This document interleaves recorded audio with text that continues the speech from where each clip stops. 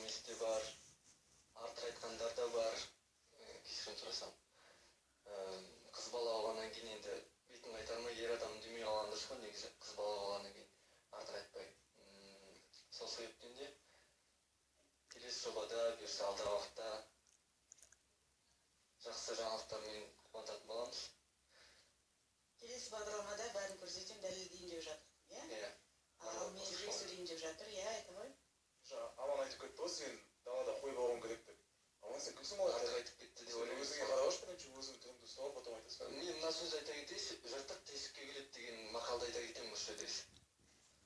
Адам өзіне қарап алу керек та басында біреуді түріне мін істегенше.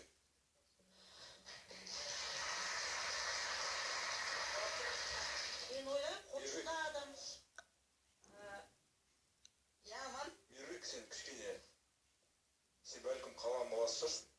Мен қаламда даланың баласында солта өшіп отыршы өші жерде. Тыныш қана. Ама кішкене аузың ие отыршы. Жоқ, мен саған айтқаным неге сен біреудің түрін айтасың.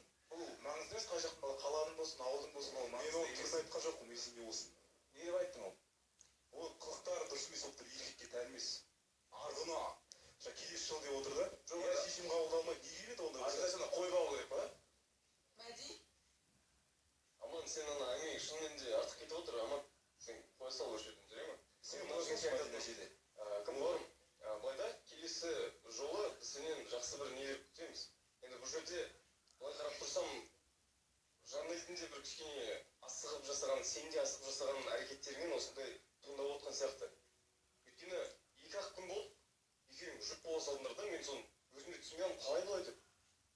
Мен кәдімгідей 2-3 ай жүрдім ғой, ол өте қиын қадам да, сен бүкіл халықтың алдында қызға сөз салу деген оңай емес. Сондықтан, білмеймін, асықтың ба, сені ешкім асықтырған жоқ негізі, ойбай, давай, сөз сал деген жоқ ешкім. Сен өзің шықтың да, ол, мен жұп болсын дей салдым болды. Мен осы жерде бір дүние айта кетейін, не себепті асығыс болды деп. Біріншіден, асығыс болған себебі, бұл баланы көрген кезінде